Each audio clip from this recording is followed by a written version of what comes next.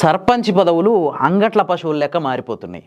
తెలంగాణ పల్లెలల్లో ప్రజాస్వామ్యం అపహాస్యం అవుతుంది. పైసలు పరపతుంటే చాలు, ప్రజల అభిప్రాయంతో పని లేదు అన్నట్టు మారిపోయింది ప్రస్తుతం సర్పంచ్ ఎలక్షన్ల పరిస్థితి. ఆల్రెడీ మనం ఒక రీల్లో చెప్పుకున్నాం కదా, సర్పంచ్ ఎలక్షన్లలో ఏకగ్రీవాలంటే ఎంత అనైతికమో. దానికి తోడు గవర్నమెంట్లు కూడా ఈ సర్పంచ్ల ఏకగ్రీవాల్ని ప్రోత్సహిస్తున్నాయి.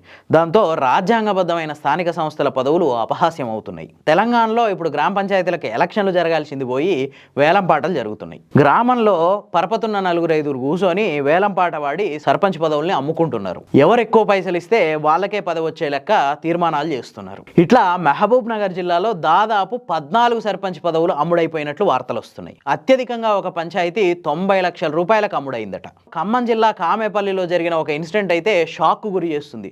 ఊర్లో ఒక 10 మంది పెద్ద మనుషులు కూర్చొని వేలంపాట పెట్టిర్రు. ఆ వేలంపాటల బూక్యా సైదమ్మ అనే ఒక ఆవిడ 20 లక్షల రూపాయలకి సర్పంచ్ పదవిని కొనుక్కున్నది. ఈ నెల 30వ తారీఖు లోపల 20 లక్షల రూపాయలు కట్టాలి. ఆమె గనక 30వ తారీఖు లోపు కట్టకుంటే ఆమె తర్వాత పాటదారుడైన వ్యక్తికి 16 లక్షలు వాడిండి ఆయనకి ఇచ్చేస్తారట. ఆయన 16 లక్షలు కడితే. ఇక నల్గొండ జిల్లా బండపాలెం అనే విలేజ్లో బీఆర్ఎస్ కాంగ్రెస్ రెండు కుమ్మక్క అయిపోయినాయి. 5 లక్షల రూపాయలు ఎవరైతే అక్కడ డిపాజిట్ పెడతారో వాళ్ళే సర్పంచ్ పదవిని తీసుకోవచ్చు అని చెప్పి డిసైడ్ అయిపోయారంట. అంతేకాదు సీఎం స్వగ్రామంలో అక్కడున్న నేతలంతా కలిసి ఒక వ్యక్తిని నిర్ణయించేసిర్రు. ప్రజలు కూడా ఆయన్నే ఎన్నుకోవాలని చెప్పి తీర్మానం పాస్ చేసిర్రు. ఆ వ్యక్తి తప్ప ఇంకెవ్వరూ నామినేషన్ లేకుండా గట్టి చర్యలు తీసుకుంటున్నారు. సామ దాన భేద దండోపాయాలు ఉపయోగిస్తున్నారు. ప్రధానంగా ఉమ్మడి మహబూబ్ నగర్ జిల్లాలో ఈ పరిస్థితి ఎక్కువగా ఉంది.